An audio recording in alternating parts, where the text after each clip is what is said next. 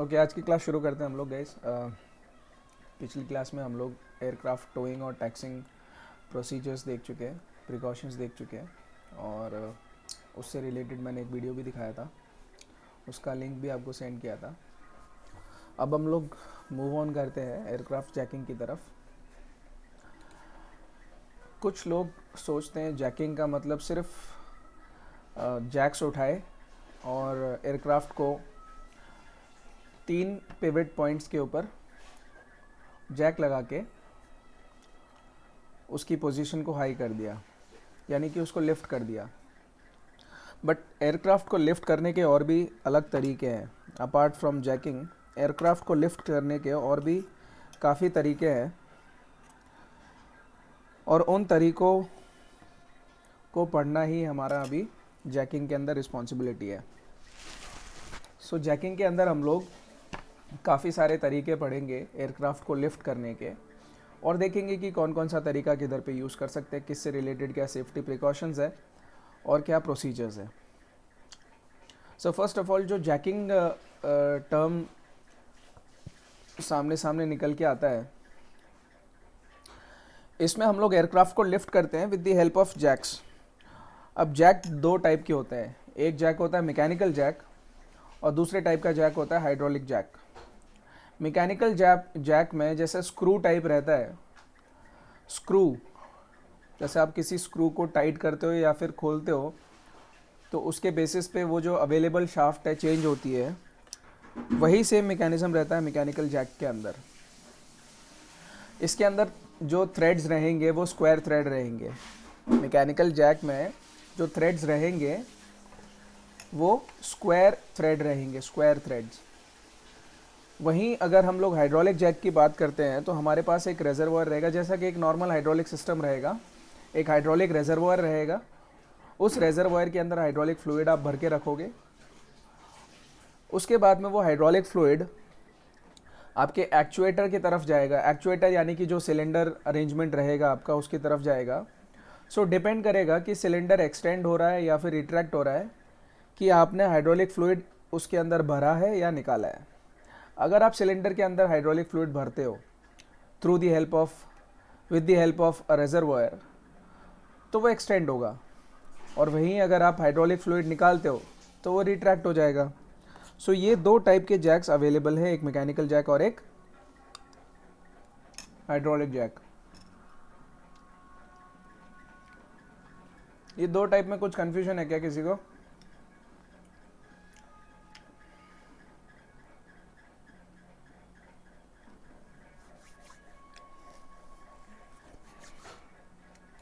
Screw type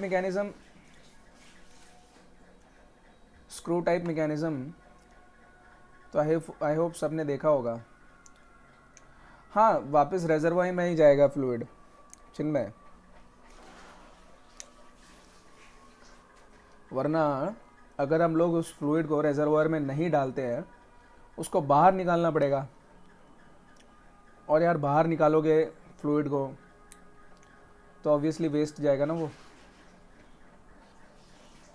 या तो फिर आप उसके लिए अलग से रिटर्न मैकेनिज्म बनाओ सो दैट वो वापस रेजर्वोयर में जाए। तो फ्लूइड को चेंज करना पड़ेगा। चेंज क्यों करना पड़ेगा चिन्मय? देखो चिन्मय, ये जो हाइड्रोलिक फ्लूइड हम लोग यूज़ कर रहे हैं, एक्चुअली वो इंटरनल सिस्टम का पार्ट है, यानी कि वो बाहर नहीं आ रहा है, वो इंटरनली वर्क कर रहा है। सो अगर फ्लूइड के अंदर कुछ खराबी आती है, that will be because of corrosion या over a longer period of time. जब हम लोग उसको यूज़ कर रहे हैं तो उसकी विस्कोसिटी में इफेक्ट आ सकता है। सो उसका एक लाइफ टाइम रहेगा, मतलब पीरियड रहेगा जब उसको चेंज करने की आप कोशिश करोगे। सो उसको ऐसा नहीं कि हर बार चेंज करना है या फिर डेली चेंज करना है या जब भी चैक लगाना है तब चेंज करना है। उसका एक टाइम पीरियड रहता है, तब उसको यूज़ करना है। मैकेनिकल वाले का कौन सा शाफ्ट कम होगा? कम होगा इन द सेंस, देखो मैकेनिकल वाले का मैं डायग्राम बना देता हूँ। इसमें कैसा रहेगा, एक शाफ्ट इसमें ऐसे एक ऊपर की तरफ शाफ्ट होगा, ये यहाँ पे नीचे का पोर्शन रहेगा। फिर आप राइट साइड में यहाँ पे एक हैंडल लगा सकते हो, यहाँ पे आप हैंडल लगा सकते हो।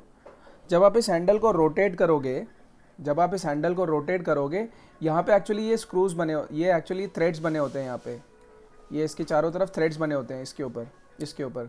और ये पर्टिकुलर ये जो पोर्शन है एक नट का काम करता है, ये बोल्ट का काम करता है।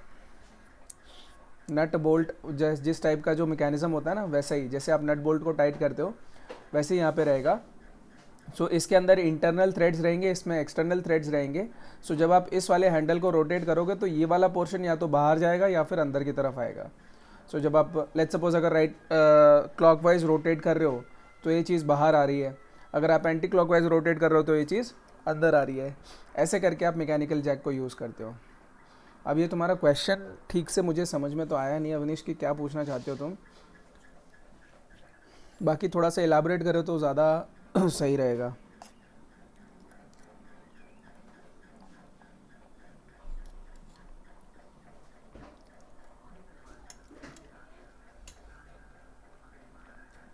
Okay then. सो मैंने आपको दो टाइप के जैक बताए हैं, ब्रॉड क्लासिफिकेशन जैक्स का, मैकेनिकल और हाइड्रोलिक। ये पीपीटी के अंदर में एज सच उसको क्लासिफाई करके नहीं रखा है, बट जस्ट मैंने आपको बता दिया। एक दूसरा क्लासिफिकेशन रहेगा हाइड्रोलिक जैक्स के अंदर में कि वो पिलर टाइप रहेंगे, पिलर टाइप, बाइपॉड, ट्राइपॉड और क्वाड्रुपॉड। पिलर, बाइपॉड, ट्राइपॉड और क्वाड्रुपॉड, ये 4 टाइप के जैक्स हम लोग यूज़ करते हैं। आइडेंटिफाई कैसे करोगे? जैसे ये वाला पिलर टाइप जैक है, ये वाला पिलर टाइप जैक है, ये इसका बेस है, हम लोग इसको रख देंगे, इसको फिक्स कर देंगे। सिर्फ वर्टिकल मूवमेंट होगा इसके अंदर, इसके अंदर सिर्फ और सिर्फ वर्टिकल मूवमेंट होगा। इसको आप बोलोगे pillar jack, pillar type jack. एक जैक आता है बाइपॉड, बाइपॉड। एक जैक आता है ट्राइपॉड। सो बाइपॉड और ट्राइपॉड में एक्चुअली में होते तो 3 लेग्स है, अदरवाइज सोचोगे सर कि बाइपॉड पे वो खड़ा कैसे रहेगा। बाइपॉड में और ट्राइपॉड में तीनों में 3 जैक्स, दोनों में 3 जैक्स 3 लेग्स होते हैं। लेग्स का मतलब कुछ ऐसा होता है, देखो अगर मान लो ये आपका ऊपर वाला पोर्शन है तो कुछ इस तरीके से लेग्स होंगे उसके, ऐसे करके उसको ज़मीन पे रखने के लिए। बहुत ही गंदी ड्राइंग है यार। सो ज़मीन पे रखने के लिए ये 3 लेग्स होंगे, बाइपॉड में भी और ट्राइपॉड में भी, तीनों दोनों में 3-3 लेग्स होंगे। बट फ़र्क इतना होगा कि जो ट्राइपॉड होगा उसके लेग्स फिक्स्ड होते हैं। बाइपॉड ट्राइपॉड का जो लेग्स है वो फिक्स रहेगा, वहीं पे जो बाइपॉड के लेग्स है उसमें से 2 फिक्स्ड होंगे, 2 फिक्स्ड होंगे और एक मूवेबल होगा, एडजस्टेबल होगा। सो 2 फिक्स्ड और एक एडजस्टेबल, उसको बोलेंगे बाइपॉड। और अगर तीनों फिक्स्ड है तो उसको हम लोग बोलेंगे ट्राइपॉड। कैमरा ट्राइपॉड जैसा, हाँ वेरी गुड चिन्मय। सो गाइज थोड़ा सा कंफ्यूजन हो सकता है बाइपॉड और ट्राइपॉड में, बिकॉज बाई का मतलब 2 होता है। बट आप ध्यान रखना इसके अंदर कि बाइपॉड के अंदर में भी 3 लेग्स होते हैं, जिसमें से 2 लेग्स फिक्स्ड होंगे और एक लेग एडजस्टेबल होगा।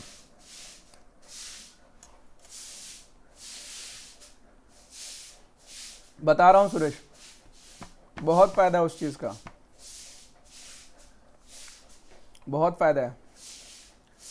हाँ यूजुअली ट्राइपॉड जैकिंग ही हमने करके रखी हुई है एयरक्राफ्ट के लिए अपने कॉलेज में। सुरेश देख बेटा, अगर अपने पास बाइपॉड जैक है, अगर अपने पास बाइपॉड जैक है, मैं कोशिश करता हूँ यहाँ से थोड़ा रेक्टेंगल यूज़ करके, और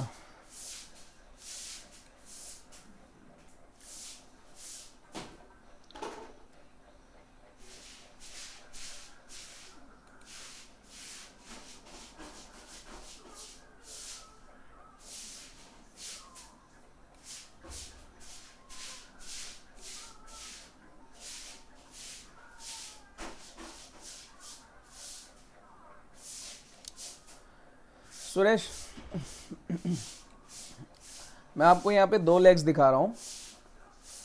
और समझाऊंगा भी कि मैं इधर पे 2 लेग्स क्यों दिखा रहा हूँ।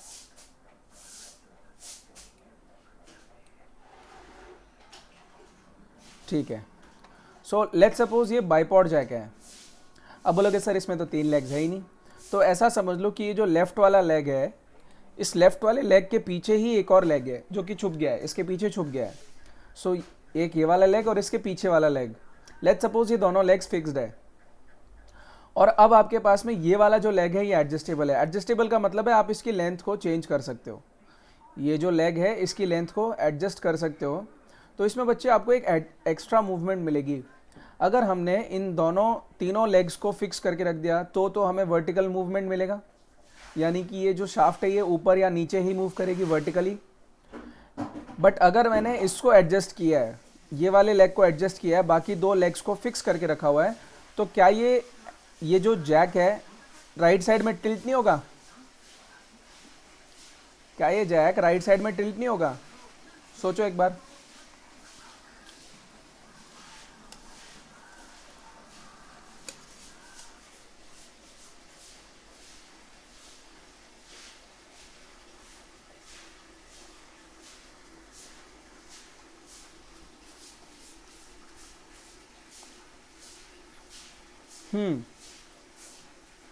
तो अगर ये राइट साइड में टिल्ट होगा, दैट मीन्स इसका एक मूवमेंट राइट साइड में भी आएगा ना, इस डायरेक्शन में। इसका एक मूवमेंट राइट साइड में आएगा, इसको बोलते हैं लेटरल मूवमेंट, इसको बोलते हैं लेटरल मूवमेंट। तो ऐसे लोकेशंस पे या ऐसे काम पे जहाँ पर आपको लेटरल मूवमेंट की ज़रूरत पड़ती है, वहाँ पे आप बाइपॉड जैक यूज़ करोगे। बट फिर से एक बार रिपीट कर रहा हूँ, बाइपॉड जैक में 3 लेग्स होते हैं, 2 फिक्स्ड और एक एडजस्टेबल। फिर देखो ट्राइपॉड जैक, अवनीश कुछ लिख रहा है।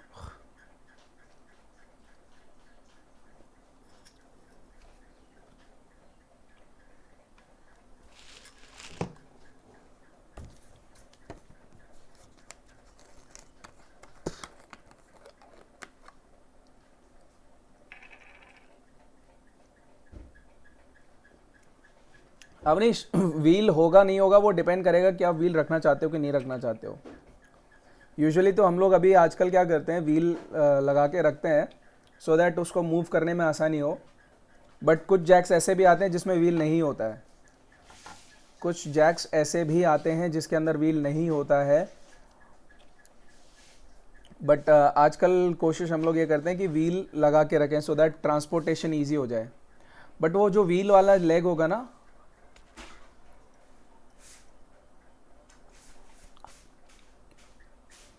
उसको आप एडजस्ट कर सकते हो ऊपर नीचे।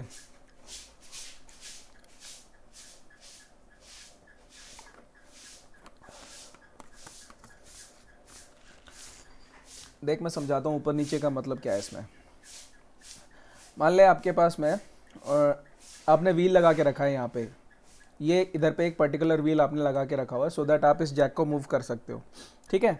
बट आपको ये जैक जब यूज़ करना है तो ऑब्वियसली आपको ऐसे हिलते डुलते लेग्स नहीं चाहिए, बिकॉज अगर आपने व्हील के ऊपर मूव करा रहे हो तो ये जैक मूव कर सकता है, हिल सकता है, लेफ्ट और राइट मूव कर सकता है, मतलब हिल सकता है, ये वॉबल करेगा।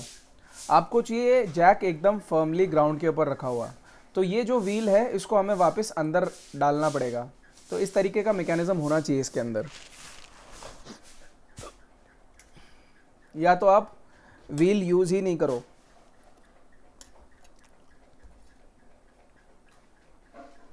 दोनों टाइप की जैक्स आते हैं। क्लियर है ये चीज़?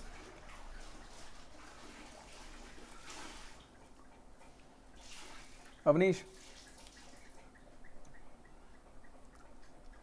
ओके अच्छा। सो मैंने आपको पिलर टाइप बता दिया। गाइस पिलर टाइप तो सबने देखा होगा ना वर्कशॉप के अंदर,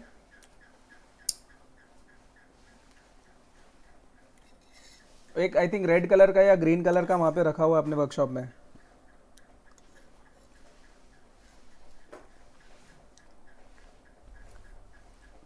इस तरीके का छोटा सा, हाँ, सो पेलर बता दिया मैंने आपको, बाइपॉड बताया और अभी ट्राइपॉड बताया। अब एक टाइप का जैक आता है जिसको हम लोग बोलते हैं क्वाड्रुपॉड, QUADRUPOD। उसके अंदर 4 लेग्स होंगे टोटल, उसके पास 4 लेग्स होंगे, जिसमें से 2 लेग्स फिक्स्ड होंगे और 2 लेग्स एडजस्टेबल होंगे। 2 लेग्स फिक्स्ड होंगे और 2 लेग्स एडजस्टेबल होंगे। और अब ये समझाने की ज़रूरत नहीं है कि एडजस्टेबल लेग्स का काम क्या है। सो ये डिस्टिंक्शन बहुत ही क्लियरली अपने दिमाग में बिठा के रख लो। पेलर टाइप, बाइपॉड, ट्राइपॉड एंड क्वाड्रुपॉड। उसके बाद में जैकिंग प्रोसीजर से रिलेटेड कुछ डिस्कशन कर लेते हैं हम लोग, इससे पहले कि हम लोग सीधा स्टेटमेंट पढ़ना शुरू करें। ट्राइपॉड में भी एक लेग एडजस्ट, ये देख ले चिन्मय यार क्या कर रहा है तू। अगर एक लेग एडजस्टेबल रख दिया ट्राइपॉड के अंदर तो वो बाइपॉड नहीं हो जाएगा।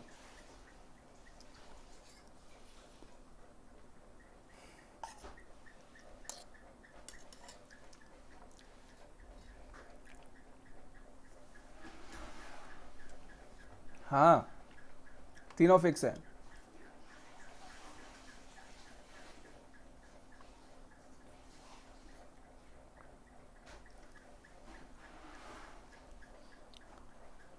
ओके, सो जैकिंग प्रोसीजर से रिलेटेड कुछ चीज़ें डिस्कस कर लेते हैं। क्या लगता है आप लोगों को जैकिंग में करना क्या चाहिए अपने को? क्या क्या प्रोसीजर रहता होगा उसका जैकिंग प्रोसीजर में?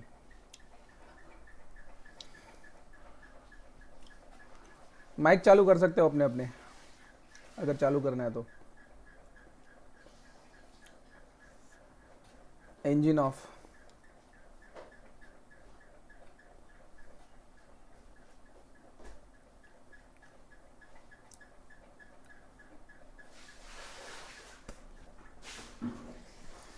All doors closed, very good.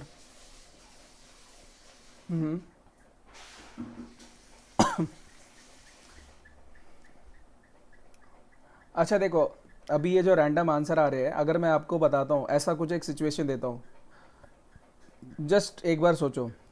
Let's suppose एक दिन क्या हुआ, मैंने आप लोगों को बोला कि लेयरजेट 24 जो अपने WI में रखा हुआ है उसकी जैकिंग करनी है अपने को, उसकी जैकिंग करनी है।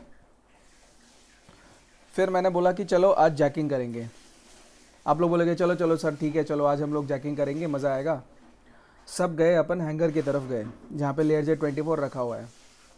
अब अपन मेन डोर पे खड़े हुए हैं, वहाँ से मुझे बताओ कि क्या क्या चीज़ें करनी चाहिए अपने को till the point of jacking.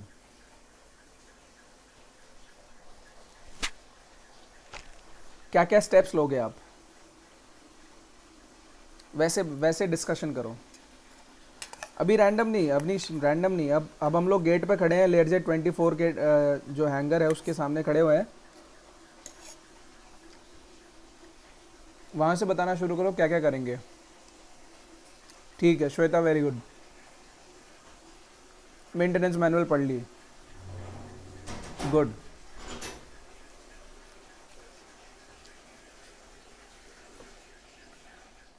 Perfect. आसपास के ऑब्जेक्ट्स हटाएंगे, टूल्स हटाएंगे, टूल्स लाएंगे, ओके। इंस्पेक्ट करेंगे, चेक करेंगे प्रॉपरली जैक्स को, बहुत बढ़िया। किसका पोजीशन चेक करेंगे सुरेश?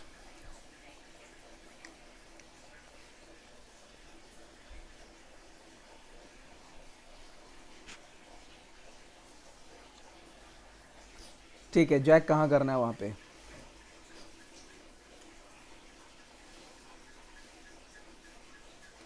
सो हम लोग अभी हैंगर के अंदर घुस चुके हैं, हम लोगों ने मैनुअल पढ़ ली है, हमने सारे टूल्स ला के रख दिए हैं, आसपास के ऑब्जेक्ट्स हमने हटा के रख दिए हैं। जो एयरप्लेन के साइड में होने चाहिए वो सिर्फ मिनिमम वही इक्विपमेंट्स रखे हुए हैं, बाकी सारी चीज़ें हमने हटा के रख दी है। जैक्स को प्रॉपरली हमने इंस्पेक्ट कर लिया है कि वो वर्किंग कंडीशन में है या नहीं है। पोजीशन चेक कर लिए Suresh, very good. Specific jack points वो भी हम चेक करेंगे कहाँ पे होते हैं। उसके बाद ठीक है, इसका मतलब एक सुपरवाइज़र होना चाहिए। Shweta very good. सीनियर और faculty consultation is a must का मतलब सुपरवाइजर होना चाहिए।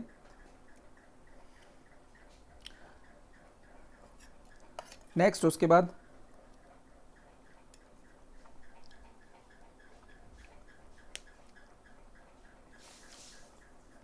अब जैक स्टार्ट करेंगे। ओके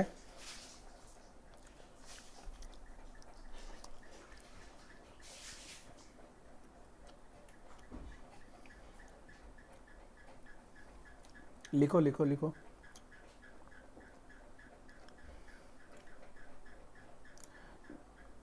उसके बाद वो जैक पर, पहले जैक को रखेंगे जैकिंग पॉइंट पे। समझ गया समझ गया।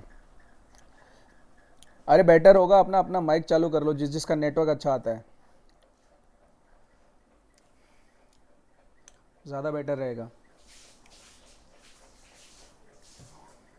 ठीक है, आप लोगों ने जैकिंग पॉइंट्स के नीचे जैक रख दिया, वेरी गुड। अब आप बोलोगे सर जैकिंग शुरू करते हैं, बट जैकिंग शुरू करने से पहले मेरा एक क्वेश्चन है आप लोगों को। जो अपने पास लेयरजेट 24 हैंगर के अंदर रखा हुआ है, जो अपने पास लेयरजेट 24 हैंगर के अंदर रखा हुआ है, क्या उसकी चोकिंग होके रखी हुई है? चोकिंग हो रखी है उसकी, यानी कि उसके व्हील के आगे पीछे चोक्स लगा के रखे हुए हैं। संस्कृति बोलती है यस सर। तो अब ये क्वेश्चन उठता है कि क्या वो चोक्स लगे रहेंगे जब हम जैक लगा रहे हैं, या चोक्स हटाने पड़ेंगे अपने को? ये है क्वेश्चन। सर हटाने पड़ेंगे। वेरी गुड, हटाने पड़ेंगे। एक और क्वेश्चन पूछता हूँ मैं। बोलो सर। जो हमने अगर हमने फॉर एग्जांपल 3 जैक्स लगा रखे हैं तो ना हर जैक पे एक एक पर्सन को असेंबल करेंगे। Very good. उसके बाद तीनों जैक्स जो हैं वो साथ में ऊपर करेंगे ताकि किसी एक पर्टिकुलर पॉइंट पर प्रेशर ना पड़े। बिल्कुल, बहुत बढ़िया। अच्छा चलो, आपने चौक्स हटा दिए, बट मान लो आपने ब्रेक्स लगा के रखी हुई थी, ऑलरेडी ब्रेक्स लगी हुई हैं लेयरजेट 24 में, तो अभी वो ब्रेक्स रिलीज करनी पड़ेंगी या ब्रेक्स इंगेज करके रखनी पड़ेंगी जब आप जैकिंग कर रहे हो? सर एंगेज करनी पड़ेंगी। Yes sir. कौन कौन बोलता है एंगेज करनी पड़ेंगी?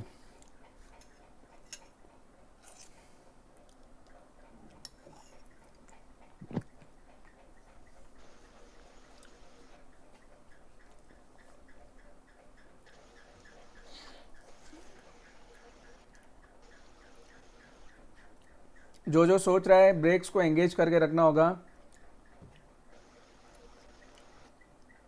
बता दो ज़रा।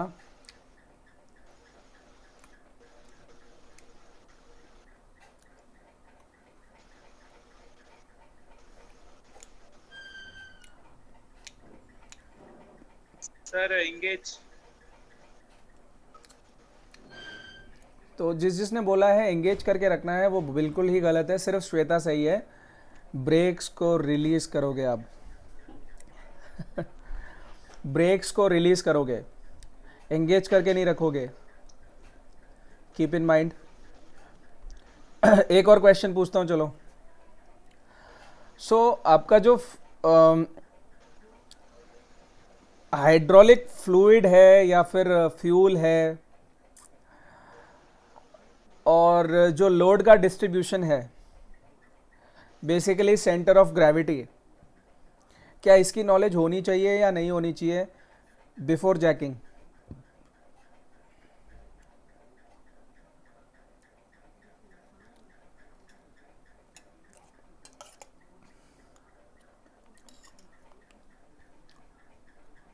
Very good. सो आपको बैलेंस पॉइंट पता होना चाहिए, आपको बैलेंस पॉइंट पता होना चाहिए। इसका मतलब आपको पता होना चाहिए कि आपके एयरक्राफ्ट में जैकिंग के टाइम पे कितना फ्यूल परमिसिबल है, कितना फ्यूल परमिसिबल है या कितना लोड परमिसिबल है, और सेंटर ऑफ ग्रेविटी किस पर्टिकुलर रेंज में आप रख सकते हो, ये आपको पता होना चाहिए। सेंटर ऑफ ग्रेविटी को किस रेंज में रख सकते हो, परमिसिबल लिमिट में रख सकते हो, ये आपको पता होना चाहिए। तो ये इन्फॉर्मेशन आपके पास प्री हैंड होनी चाहिए।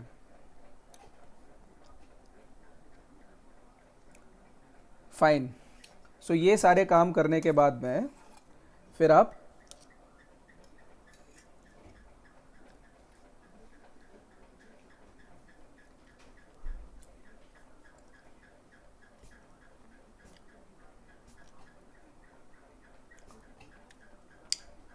अवनीश, जो मूवमेंट होना होगा ना, जो मूवमेंट होना होगा वो पहले ही हो जाएगा, इसीलिए तो बोला पहले हटा दो उसको, जैकिंग करते टाइम मत हटाओ। और दूसरा, ब्रेक्स को रिलीज करते हैं हम लोग so that unnecessary extra stress ना पड़े फ्लूइड सिस्टम के ऊपर या फिर एयरक्राफ्ट के ऊपर।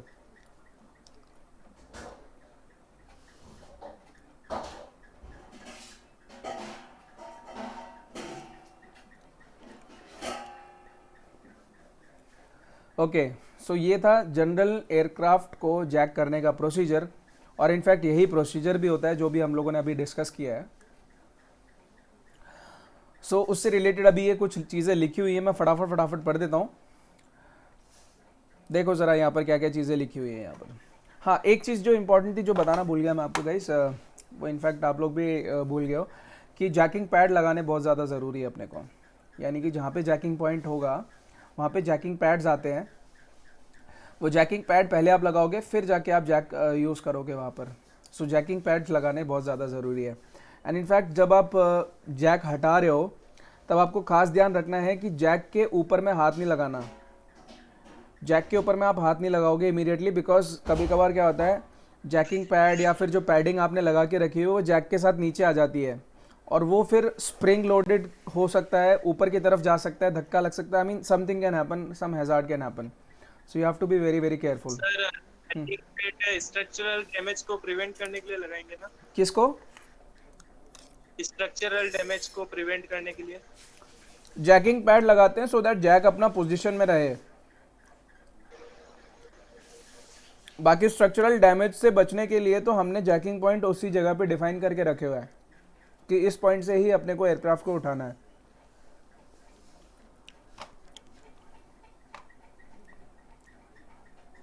सो दोनों आपके जो आपने पॉइंट बोला वो भी ठीक है कि स्ट्रक्चरल से बचाने के लिए, और दूसरा जैक्स को अपनी पोजीशन में रखने के लिए। यूजुअली देखना जैकिंग पैड्स में कैसा रहेगा, एक इस तरीके का वो ऐसा फ्लैट सा स्क्वायर शेप का, जहाँ पे आप स्क्रू लगा सकते हो यहाँ पे, और ये अडेप्टर रहेगा यहाँ पर। अडेप्टर इन द सेंस कि एयरक्राफ्ट के अंदर में वो लोकेशन रहेगी जहाँ पे आप इस जैकिंग पैड को अटैच करोगे। सो यहाँ से आप स्क्रू कर दोगे इसको। उसके बाद में ये जो पोर्शन है, ये जो पोर्शन है राउंड पोर्शन, इसके ऊपर जैक को रखोगे ऐसे करके, इसके ऊपर जैक को आप फिट करोगे ऐसे करके, जैक ऐसे करके फिट हो जाएगा। सो ये मूव नहीं करेगा। ओके, चलो आगे बढ़ते हैं यार, इसमें देखते हैं क्या क्या चीज़ें लिखी हुई हैं।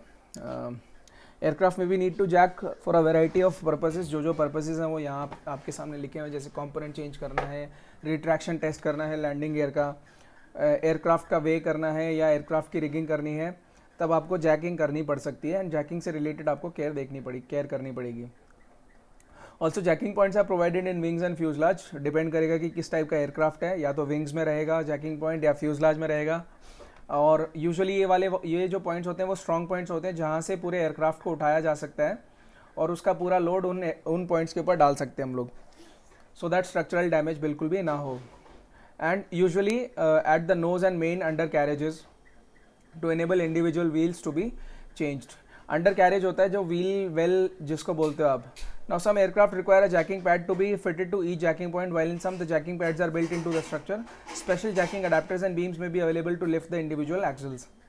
So, जैसा कि हम लोगों ने यहाँ पे डिस्कस किया जैकिंग पैड से रिलेटेड।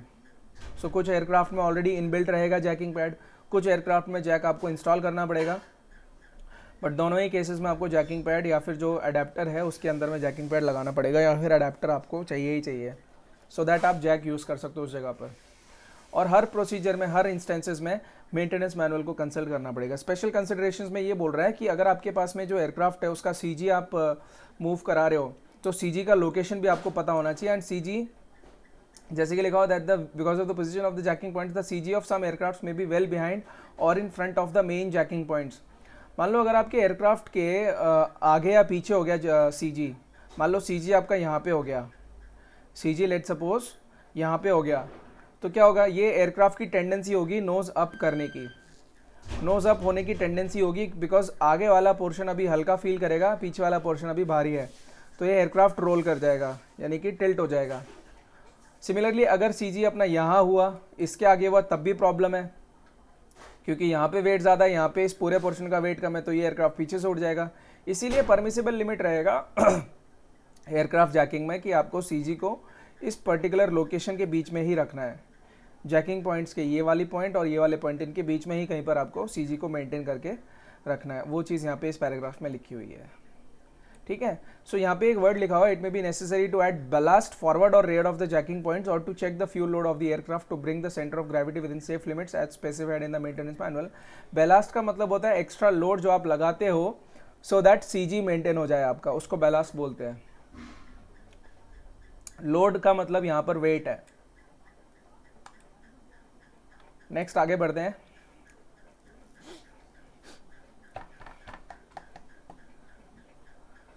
ओके, सो यहाँ पे एक चीज लिखी हुई है that each jacking point have a load limit which if exceeded could result in structural damage, and to avoid exceeding this limit it may be necessary to install hydraulic or electrical load cells. Any special requirement should be listed in the maintenance manual.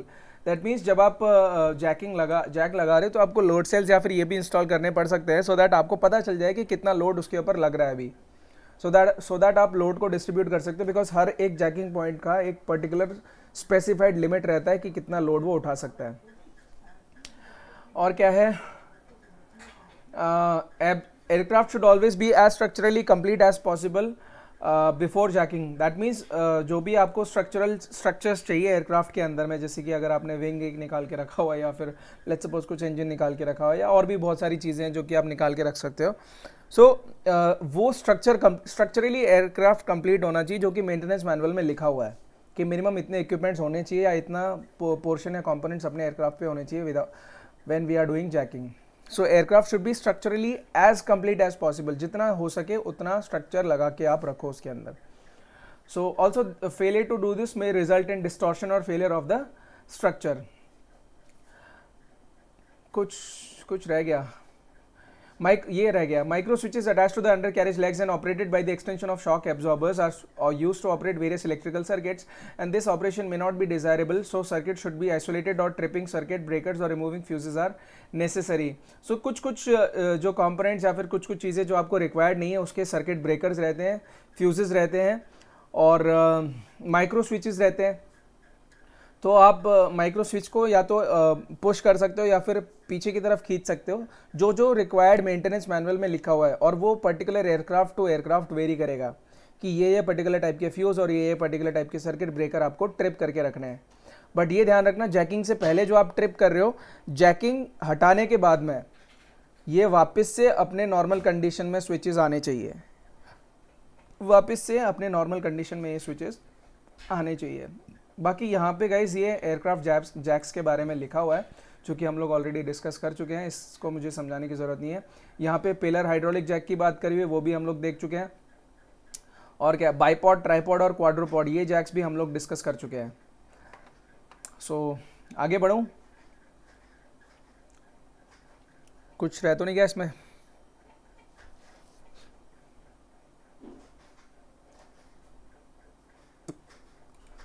चलो next slide पे बढ़ते हैं।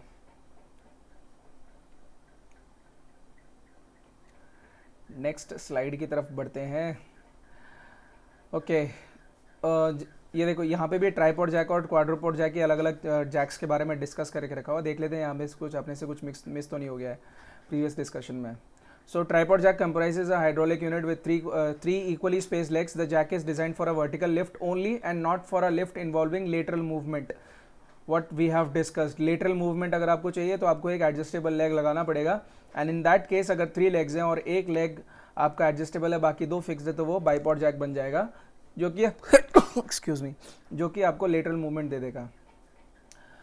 Also बाकी ये सारी चीज़ें लिखी हुई हैं क्या क्या पॉसिबिलिटीज़ हो सकती हैं अगर आपने जैकिंग ढंग से नहीं करी है।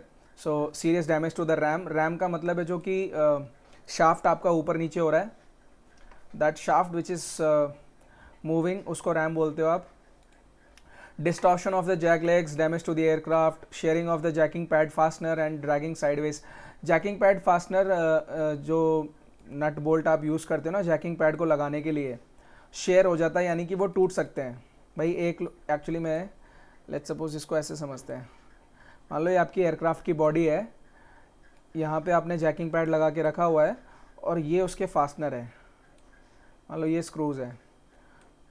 तो अगर ढंग से जैकिंग नहीं करी है तो होगा क्या, ये या तो आगे की तरफ इधर खिसकने की कोशिश करेगा या इधर पीछे की तरफ खिसकने की कोशिश करेगा। दोनों ही केसेस में होगा क्या, ये तो एयरक्राफ्ट की बॉडी है, ये तो फिक्स रहेगी, बट ये क्योंकि मूव हो रहा है तो अभी ये वाले जो फास्टनर्स हैं ये भी लेफ्ट और राइट मूव कर सकते हैं, यानी कि इनके ऊपर एक शेयर फोर्स लगेगा। बच्चों शेयर फोर्स वो होता है जो कि सरफेस के ऊपर लगने वाला फोर्स है, उसको हम लोग शेयर फोर्स बोलते हैं। सो ये शेयर फोर्स लगेगा और उसकी वजह से फास्टनर टूट सकता है, ये टूट सकता है। इनफैक्ट अगर ये टूट गया, आपका नीचे जैक लगा हुआ है, जैक सीधा बॉडी के अंदर घुस सकता है, जैक सीधा बॉडी के अंदर घुस सकता है, जो कि बहुत ही ज़्यादा हानिकारक होगा अपने लिए, इंडस्ट्री के लिए भी। क्लियर हुई ये चीज़, shear force Avnish? Shear force वो वाला फोर्स होता है जो कि सरफेस के ऊपर लगता है। मान लो कि आपके पास में एक ऐसा रेक्टेंगुलर ब्लॉक है और आप इसके ऊपर ऐसे हाथ से प्रेशर लगा रहे हो इस डायरेक्शन में, इस टाइप के जो फोर्स जिसकी वजह से सरफेस इस तरीके का हो जाएगा, बाद में ये जो शेप है वो कुछ इस तरीके का हो जाएगा अगर, तो इस टाइप के फोर्स को बोलते हैं शेयर फोर्स। डिस्टॉर्शन आ जाता है ज्योमेट्री के अंदर।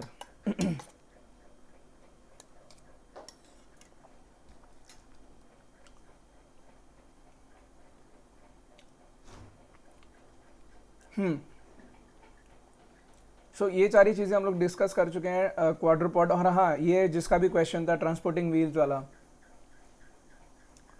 ट्रांसपोर्टेशन व्हील वाला जिसका भी क्वेश्चन था, that transportation wheels are often permanently attached to some jacks while they may be provided as detachable units on other jacks. The wheels facilitate easy movement of the jacks that would otherwise need to be dragged around the hanger. Jacks alternatively can be dismantled for easier transportation. So wheels अगर आपको लगाने लगा सकते हो, नहीं लगाने मत लगाओ, बट अगर नहीं लगाए तो आपको ड्रैग करना पड़ेगा, और कभी कभार डिसमेंटल करके मूव करना जैक को वो ज़्यादा ईजी रहता है। ऑल्सो नेक्स्ट देखते हैं यहाँ पे क्या लिखा हुआ है, एयरक्राफ्ट जैक का मेंटेनेंस और general notes. So all jack should be stored in the fully retracted position, obviously ये तो कॉमन सेंस वाली बात है। Kept clean and free from corrosion, ये भी हमें ध्यान रखना है। Moving part should be kept lubricated and the jack should be exercise if it is not use frequently. जो कि कॉमन सी कोई भी टूल्स को भी अगर हम लोग स्टोर करके रखना चाहते हैं तो वो ये प्रोसीजर तो हम लोग करेंगे। लुब्रिकेशन करके रखेंगे, उसको ध्यान से देखेंगे, कोरोजन ना हो, कोरोजन प्रिवेंटिव फ्लूइड उसके ऊपर अगर लगाना है या उसको किसी साफ़ जगह पे रखना है, ये सारे प्रोसीजर हम लोग, ये सारी मेंटेनेंस चीज़ें हम लोगों को ऑलरेडी पता है, तो वो तो हर एक चीज़ में जाती है। Jack replenishment is usually through the air valve up to the level of the bottom of the air valve. Low oil level is indicated by inability to lift to maximum height whilst overflowing. इस वाली line में actually में ये लिखा हुआ है कि आपको पता कैसे चलेगा कि आपके पास जो हाइड्रोलिक फ्लूइड है वो इनफ है। अगर आपके पास हाइड्रोलिक फ्लूइड कम है, अगर आपके पास में हाइड्रोलिक फ्लूइड कम है तो जो आपका पर्टिकुलर जैक का सिलेंडर है या फिर शाफ्ट है वो मैक्सिमम हाइट अटेन नहीं कर पाएगा जितनी उसको अटेन करनी चाहिए, अगर हाइड्रोलिक फ्लूइड कम है तो। और अगर हाइड्रोलिक फ्लूइड ज़्यादा है तो मैक्सिमम हाइट तो वो अटेन कर लेगा, लेकिन मैक्सिमम हाइट अटेन करने के बाद में उसमें से लीकेज होना शुरू हो जाएगा हाइड्रोलिक फ्लूइड का। तो ऐसे आप आइडेंटिफाई करोगे कि आपने हाइड्रोलिक फ्लूइड कम डाला है कि ज़्यादा डाला है। फटाफट आगे आगे ख़त्म करते हैं यार इसको। जैकिंग प्रिकॉशंस हैं गाइज, ये पढ़ लेना, 2-4 लाइन लिखी हुई है इसमें, इजी सी लाइन है। जैकिंग प्रोसीजर ये हम लोग ऑलरेडी डिस्कस कर चुके हैं अभी क्लास के शुरुआत में ही। सो जो भी लाइन यहाँ पे लिखी हुई है वो सारी की सारी चीज़ें आप पढ़ चुके हो। जैसे कि देखो रैंडम अगर मैं यहाँ पे देखता हूँ तो the brakes have to be released, है ना, the brakes have to be released, ये भी हम लोग डिस्कस कर चुके हैं। रैंडम कोई भी लाइन पढ़ लेते हैं। One person should coordinate, one person should coordinate का मतलब है कोई एक सुपरवाइजर होना चाहिए the operation, and one person should control each jacking point. जैसा कि चिन्मय ने बोला था कि हर जैकिंग पॉइंट के नीचे एक एक बंदा रहना चाहिए और साथ में जैक्स को यूज़ करना है। सो एक सुपरवाइज़र हो गया और बाकी 3 बंदे जैक को ऑपरेट करने वाले हो गए। फिर लेवलिंग भी देखनी है, ये भी मॉनिटर करना है, मतलब कंप्लीटली टीम हो सकती है अगर आपके पास में एयरक्राफ्ट बड़ा एयरक्राफ्ट है और ज़रूरत पड़े तो टेलीफोनिक कम्युनिकेशन या फिर वॉकी टॉकी की भी हेल्प आप ले सकते हो। बाकी वही सेम प्रोसीजर, पूरा कंप्लीट सेम प्रोसीजर है जो हम लोग ऑलरेडी डिस्कस कर चुके हैं। हाँ, एक चीज़ ये शायद अपने से रह गई थी कि अर्थिंग केबल को हमें अटैच करना है, अर्थिंग केबल को अटैच करना है अपने को, ये चीज़ अपने से रह गई थी, है ना। बाकी तो सब कुछ वही है जो हम लोग बात कर चुके हैं।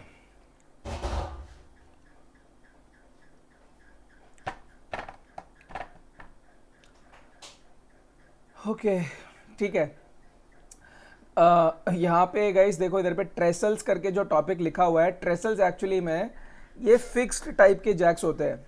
सो अभी तक जो हमने जैक्स डिस्कस करे हैं वो बाईपॉड, ट्राईपॉड, पिलर टाइप या फिर क्वाड्रोपॉड जैक्स वगैरह, ये सारे हमने डिस्कस किए जो कि एडजस्टेबल जैक्स जैसे टाइप में थे, यानी कि आप शाफ्ट को ऊपर नीचे कर सकते हो, वर्टिकल मूवमेंट दे सकते हो या फिर लेटरल मूवमेंट दे सकते हो।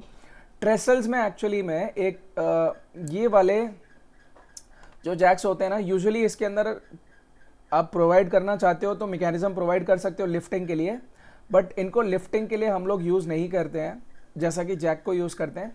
इनको हम लोग परमानेंटली एयरक्राफ्ट को लिफ्ट करके रखने के लिए यूज़ करते हैं, और ये यूजुअली आपको कुछ इस तरीके के शेप में दिखेंगे। देखना, एयरक्राफ्ट के बेली सेक्शन में नोज गियर के जस्ट पीछे की तरफ में आपने ये देखा होगा, एयरबस बोइंग 737 के सामने ये इस तरीके का, ये यहाँ पे फ्यूजलाज है, ये अपना यह फ्यूजलाज है ऐसे करके, ठीक है। नीचे की तरफ में एकदम फिक्स्ड, परमानेंटली फिक्स्ड इस टाइप के सपोर्ट स्ट्रक्चर्स लगा के रखे हुए हैं। ये जो सपोर्ट स्ट्रक्चर है इसको बोलते हो आप ट्रेसल्स, इसको आप ट्रेसल बोलते हो। बाकी इससे रिलेटेड जो 2-4 चीज़ें हैं वो मैं आपको बता देता हूँ कि यूजुअली हम लोग कोशिश करते हैं कि ये जो ट्रेसल हम लोग यूज़ कर रहे हैं ये इसको परमानेंटली लिफ्ट करने के लिए यूज़ हो, बट कभी कभार क्या आपको लेवल करना पड़ सकता है, तो कभी कभार आपको यहाँ पे लेफ़्ट और राइट दोनों साइड में लेवल करने के लिए लेवलिंग स्क्रूज दिए रहते हैं, बट कोशिश करो कि उसको यूज़ ना करो। जैक्स की हेल्प से आप इस चीज़ को रोटेट करना है या कंपोनेंट को रोटेट करना है तो जैक्स की हेल्प से आप रोटेट करो उसको, मतलब पहले आप लेवल कर लो, उसके बाद में पहले आप जैक यूज़ करो। मोटे मोटे शब्दों में बात ये कि पहले आप जैक्स की हेल्प से पूरे एयरक्राफ्ट को लिफ्ट कर दो, उसके बाद नीचे ट्रेसल्स लगा दो, फिर जब आप एयरक्राफ्ट को लोअर कर रहे हो तो जैक्स हटा दो, अब ये जो ट्रेसल है उसका वेट ऑटोमेटिकली कैरी कर लेगा। मोटे मोटे शब्दों में बात ये है भाई। सो एयरक्राफ्ट को अगर ज़्यादा टाइम तक स्टोर करके रखना है एक ही जगह पे, तब आप ट्रेसल्स का यूज़ करोगे। ये इस पूरे पैराग्राफ में लिखा हुआ है। और जैसा कि जैकिंग के अंदर में जैकिंग पैड लगाने पड़ते हैं, इसके अंदर में भी ट्रेसल्स में भी हमें जैकिंग पैड्स लगाने पड़ते हैं या फिर पैड्स लगाने पड़ते हैं। हाँ, वहाँ चिन्मय हो सकता है ये एयरक्राफ्ट टू एयरक्राफ्ट डिपेंड करेगा, और इनफैक्ट कुछ शेप ऐसे भी रख सकते हो आप, ऐसे ये वाला शेप भी रख सकते हो, इस टाइप का शेप रख सकते हो, बट फिर आपको यहाँ पे नीचे की तरफ में ना प्रॉपर पैड्स लगाने पड़ेंगे, सो दैट एयरक्राफ्ट वॉबल ना करे, इधर उधर लेफ्ट राइट वॉबल ना करे।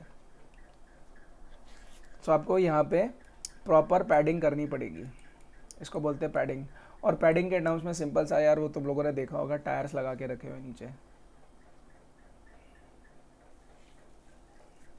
देखा ना, टायर लगे हुए पैडिंग की जगह पे। अच्छा, आइडेंटिफाई कैसे करोगे कि कहाँ पे ट्रेसल लगाना है? आइडेंटिफाई कैसे करोगे?